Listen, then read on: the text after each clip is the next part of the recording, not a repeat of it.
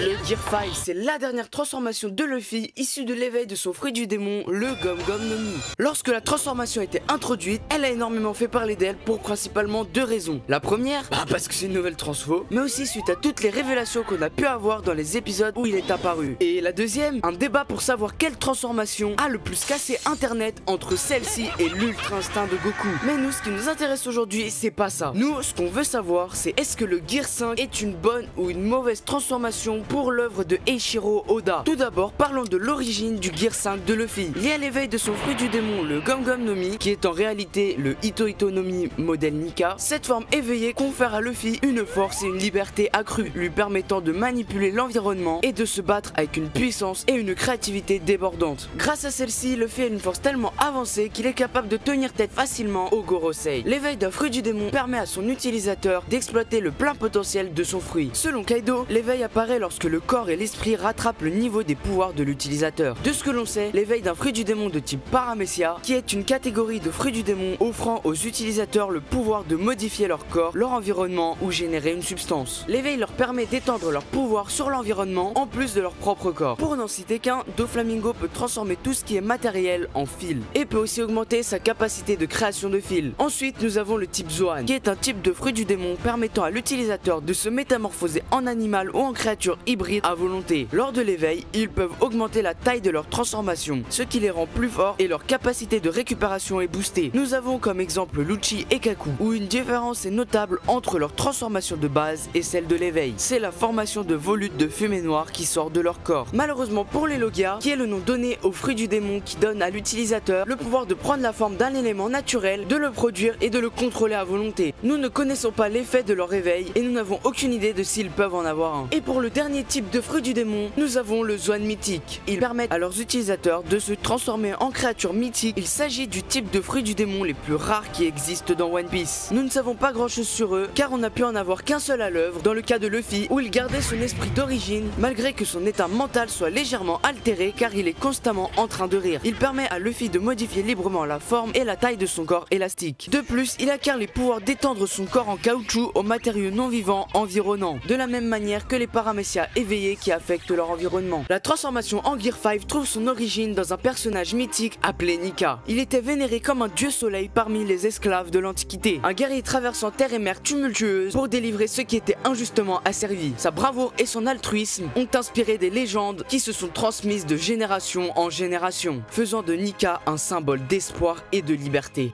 Avec les pouvoirs du Ito Ito no Mi modèle Nika, grâce à ses particularités élastiques que Luffy a pu inventer le Gear Second et tous les autres. Pour le Gear Second, Luffy utilise l'élasticité de son corps en utilisant ses jambes comme pompe pour augmenter la pression sanguine et accélérer l'apport en nutriments et en oxygène, ce qui augmente significativement sa vitesse et sa force. Ensuite, nous avons le Gear Third, où Luffy se mord le pouce pour souffler dans ses os et faire gonfler son bras. Il peut ensuite transférer cet air dans les autres parties du corps. Cette technique lui apporte beaucoup en force brute et en résistance car sa peau n'est pas molle comme en Gum Gum Fusen. Après l'ellipse des 2 ans, Luffy est revenu avec le Gear Force, où cette fois-ci il gonfle ses muscles en recouvrant son bras de haki de l'armement, puis un peu comme pour le Gear Third, il souffle une quantité d'air énorme dans ses muscles, ce qui rend le corps de Luffy extrêmement tendu, à tel point qu'il ne peut pas se tenir sur le sol sans rebondir. Cette technique permet à Luffy de mieux exploiter l'élasticité de son corps grâce à la combinaison de son fruit et de son haki de l'armement avec lequel il recouvre tout son corps. Sous cette forme, le corps de Luffy est capable d'encaisser des attaques de plein fouet de Doflamingo et conserve son élasticité même contre le haki. Il est capable de se déplacer dans le ciel en repoussant l'air avec ses jambes qu'il comprime pour les utiliser comme ressort qui propulse l'air d'une vitesse fulgurante. Et il peut aussi combiner le Gear Third à ce gear comme il l'a fait avec sa technique du King Kong Gun. Cependant, le Gear Force connaît 3 formes différentes. Le premier que l'on voit, c'est le Boundman qui change toutes les proportions du corps de Luffy. Luffy montre aussi un côté beaucoup plus polyvalent du Gum Gum no Mi où il peut changer la direction de ses coups et les comprimer comme des ressorts. La puissance de ses attaques ainsi que sa durabilité se sont démultipliées sous cette forme. Et grâce à celle-ci, il a pu surpasser Doflamingo qui résistait au Gear Second et au Gear Third. Pour continuer dans l'ordre chronologique d'apparition, on a le Tankman. Cette forme-là vient d'une situation particulière où Luffy combattait Crackers qui est capable de faire apparaître des soldats de biscuits que Luffy a dévorés, ce qui l'a rendu énorme car la seule limite de son estomac c'est son élasticité. Cette forme est en théorie une forme improvisée du Boundman qu'on ne reverra plus jamais. Et pour finir, nous avons le Snake Man qui est la dernière forme du Gear Force à ce jour. Sous cette forme, le corps de Luffy garde une certaine proportion proportions et il n'est pas aussi grand que le Boundman. Ses cheveux se soulèvent et bougent comme des serpents et comme pour toutes les formes du Gear Force, de la fumée se dégage de son corps. Le Snake Man est basé sur la vitesse plus que sur la résistance ou la puissance. Il a utilisé cette forme contre Katakuri pour contrer son haki de l'observation. Et ensuite on a la toute dernière forme de Luffy, le Gear 5. Il a été déclenché suite au réveil de Nika, dû à la pseudomort de Luffy lors de sa bataille finale avec Kaido sur Onigashima. Sous cette forme, Luffy se recouvre de haki de l'armement et de haki des rois. Recouvrir son corps du haki des rois et de l'armement permet à Luffy de pouvoir contrôler chaque partie de son corps avec précision, ce qui le rend capable de s'agrandir et de devenir géant ou encore très musclé. Ce mélange augmente énormément sa résistance et il est capable de transformer son environnement comme lors de l'éveil des Paramecia. Le gouvernement mondial a été extrêmement intéressé par ce fruit pendant des siècles et pour des raisons inconnues. Cet intérêt les a amenés à effacer l'existence et le nom original du fruit de tous les enregistrements historiques en le renommant Gom Gom no Mi et en le requalifiant en Paramecia. Malgré les efforts du gouvernement pour le rechercher, le fruit a réussi à leur échapper. Et environ 12 ans avant aujourd'hui, le gouvernement mondial a finalement réussi à s'en emparer. Mais l'équipage de Shanks l'a volé peu de temps après et la personne qui était en charge de transporter le Gom Gom no Mi n'était autre que Who's Who, un ancien membre du CP9 qui a été emprisonné à cause de cet échec. Celui-ci a entendu parler de la légende par un gardien de prison et a ensuite commencé à prier Nika dans le but d'atténuer ses propres souffrances. Lorsque Who's Who a remarqué que le même gardien de prison qui lui avait parlé de la légende avait soudainement disparu, il a soupçonné que l'histoire n'était pas censée être partagée et que le gouvernement mondial ou quelqu'un d'autre avait fait quelque chose au gardien. Il a ensuite décidé de s'évader de prison afin d'échapper à une punition potentiellement pire pour en avoir trop appris sur Nika. Et au bout de quelques années, il crée son propre équipage qui finalement rejoint celui de Kaido. Grâce à son passé, il détient un grand rôle dans l'histoire de One Piece, non pas uniquement parce que grâce à lui, Luffy a mangé son fruit du démon, mais aussi parce que c'est la première personne à nous avoir parlé directement de Nika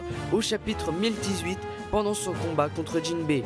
Le Gorosei a affirmé les fruits de type Zoan sont à part et ils sont doués de volonté. Qu'ils ont l'impression que le Ito Ito no Mi modèle Nika les fuyait. Le Ito Ito no Mi modèle Nika est un fruit du démon très spécial et unique. Selon les informations disponibles, il est censé avoir été mangé il y a longtemps pendant le siècle oublié. Après la chute du royaume antique, ce fruit a été réincarné et a commencé à échapper au gouvernement mondial, peu importe à quel point ils ont essayé de mettre la main dessus. Avant tout, si Luffy est capable d'atteindre ces formes-là, c'est bien grâce à son fruit du démon, alors parlons-en. La raison pour laquelle le Ito Ito no Mi modèle Nika semble fuir le gouvernement mondial n'est pas seulement qu'il possède une conscience ou une omniscience, mais plutôt que sa nature et ses pouvoirs sont profondément liés à la liberté et à l'émancipation, ce qui va à l'encontre des intérêts du gouvernement mondial. Le fruit est associé à la figure mythique de Nika, le dieu du soleil, qui est vénéré comme un libérateur des opprimés. Ainsi, le fruit lui-même est devenu un symbole de résistance contre le gouvernement mondial et ses tentatives de contrôler et de manipuler le pouvoir. Si le fruit du démon est apparu à un moment donné, c'est que quelqu'un a souhaité l'existence d'un guerrier de la libération.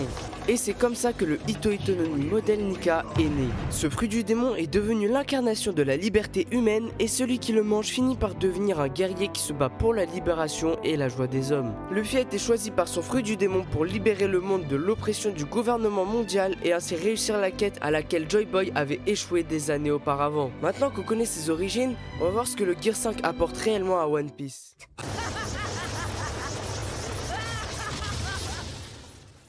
Quand celui-ci est apparu, il a véritablement marqué le public par sa forme et ses pouvoirs plus surprenants les uns que les autres, ce qui en principe a amené beaucoup de monde à en parler. Mais le Gear 5 n'a pas uniquement apporté une nouvelle façon de se battre à Luffy, il a aussi rapporté des nouveaux mystères auxquels je l'espère nous aurons des réponses rapidement. Il a aussi ramené tout un lot de réponses et révélations plus folles les unes que les autres. Osez me dire que vous n'avez pas pété votre crâne quand vous avez appris que le Gom Gom no Mi n'était pas son vrai nom. Toute cette agitation dans l'œuvre a attiré l'attention de beaucoup de monde. Certains se sont mis à jour sur le manga alors qu'ils avaient lâché depuis des années, d'autres ont regardé les derniers épisodes pour voir ce qui se passe, ou comme moi regarder les épisodes où le Gear 5 apparaît juste pour savourer les animations cartoon. En tout cas, le Gear 5 a bien réussi à faire parler de lui et à ramener du public supplémentaire.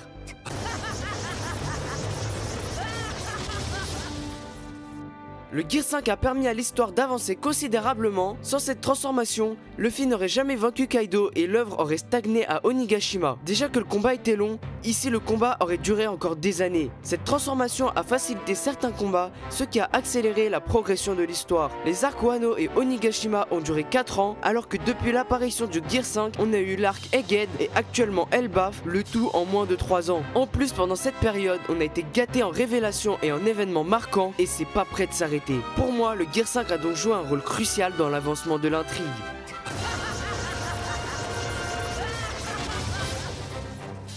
La transformation en Gear 5 ne sort pas de nulle part. On savait que tôt ou tard, Luffy éveillerait son fruit du démon pendant son combat contre Kaido. Cette transformation est arrivée naturellement dans l'histoire vu la tournure que prenait le combat. Les capacités de Luffy restent cohérentes avec celles des autres paramécias éveillés comme Katakuri et Doflamingo. Mais la grande surprise fut l'annonce que le Gum Gum no Mi était en réalité un Zoan mythique. Bien qu'en tant que Zoan éveillé, Luffy ne soit pas censé avoir les propriétés d'un paramécia, son fruit qui rend libre lui permet d'imiter leurs capacités tout en gardant les spécificités des Zoan. Personnalité altérée, boost de puissance et résistance et durabilité. Le gouvernement mondial avait dissimulé la véritable nature de ce fruit pour éviter qu'il ne soit trop convoité. Et pour ce qui est de la physique cartoon qui fait la signature du Gear 5, celle-ci est facilement justifiable et reste cohérente à l'œuvre et au personnage. Il est capable de changer de forme grâce à ses pouvoirs de caoutchouc ou courir dans les airs en modifiant les nuages en caoutchouc avec l'éveil de son fruit. Luffy imite la physique cartoon sans pour autant en bénéficier pour de vrai car il reste limité par la physique de son univers. Il y a quelques temps nous avons été surpris par Bonnet qui nous avait montré la puissance de son fruit en se transformant tout simplement en Gear 5. C'est très surprenant mais comme je le disais plus tôt,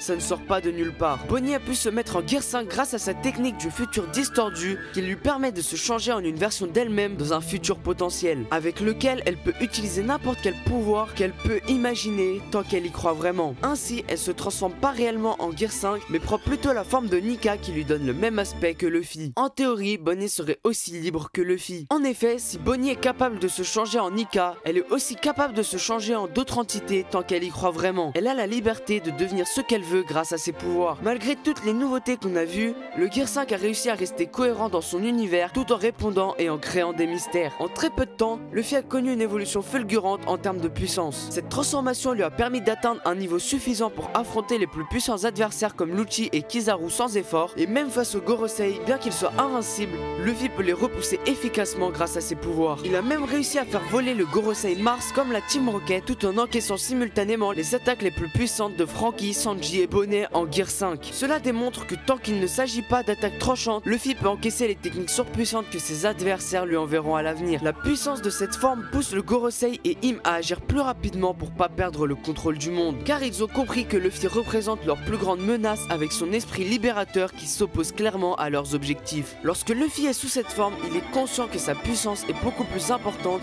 ce qui change sa manière de se voir et de voir les autres. On le voit bien contre Kaido. Avant qu'il obtienne sa forme, Luffy ne savait pas s'il serait capable de le battre, même s'il utilisait ses attaques les plus fortes. Tandis qu'après s'être éveillé au Gear 5, celui-ci ne pouvait s'empêcher de rire et de s'amuser avec l'ennemi qui lui donnait tant de mal il y a à peine quelques instants. Et maintenant, peu importe qui se met sur sa route, Luffy est serein et sait qu'avec son nouvel état plein de mystères, il est capable de battre quasiment chaque adversaire qui osera se mettre en travers de sa route. Bien qu'il aura sûrement plus de mal avec ses prochains ennemis comme Barbe Noire ou Shanks et son frère, mais ceux-ci devraient pouvoir se défendre contre eux. Et peut-être qu'en voyant Barbe Noire, Luffy aura une forme de Gear 5 démoniaque car il aura une haine profonde envers lui à cause de la mort de son frère. Mais bon, là on part sur une théorie et c'est pas le but. Grâce à son Gear 5, Luffy a pu vaincre Kaido et lui faire changer d'avis sur la véritable nature de Joy Boy, libérant ainsi Wano de son emprise. Mais celle-ci a aussi eu un impact sur Zunisha qui a reconnu Luffy et la réincarnation de Joy Boy, et aussi sur le Dr Vegapunk lui-même qui a expliqué le vrai pouvoir des fruits du démon. Il a aussi permis à Bonnie de prendre la forme de Nika pour combattre. Comme je l'ai expliqué, cet événement ne vient pas de nulle part. Si Luffy n'aurait pas eu la forme de Nika, celle-ci n'aurait jamais été capable de prendre cette forme.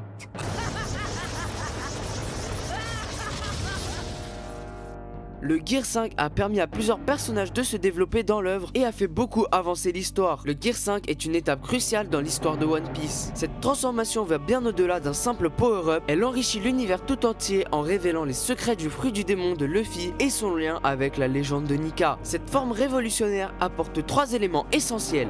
La liberté absolue dans les combats, permettant à Luffy d'exprimer pleinement sa créativité, une connexion profonde avec les mystères du monde de One Piece, à travers Nika, le dieu du soleil, et un rôle central dans l'intrigue, notamment dans l'affrontement contre le gouvernement mondial. Plus qu'une simple transformation, le Gear 5 est donc la clé qui relie l'histoire ancienne au présent, donnant une nouvelle dimension à l'avenir de Luffy vers le titre de roi des pirates. En conclusion, le Gear 5 s'est révélé être une transformation majeure qui a profondément marqué l'univers de One Piece. Non seulement elle a permis le développement significatif de plusieurs personnages, mais elle a aussi fait progresser l'intrigue de manière naturelle et cohérente. Malgré ses nombreuses nouveautés et son style unique, le Gear 5 s'intègre parfaitement dans l'univers tout en créant de nouveaux mystères passionnants. Son impact va au-delà de l'histoire elle-même, ayant réussi à captiver un nouveau public et à raviver l'intérêt des fans de longue date. On peut donc enfin répondre à notre problématique. Oui, le Gear 5 est une bonne transformation qui apporte énormément à l'œuvre de Eiichiro Oda.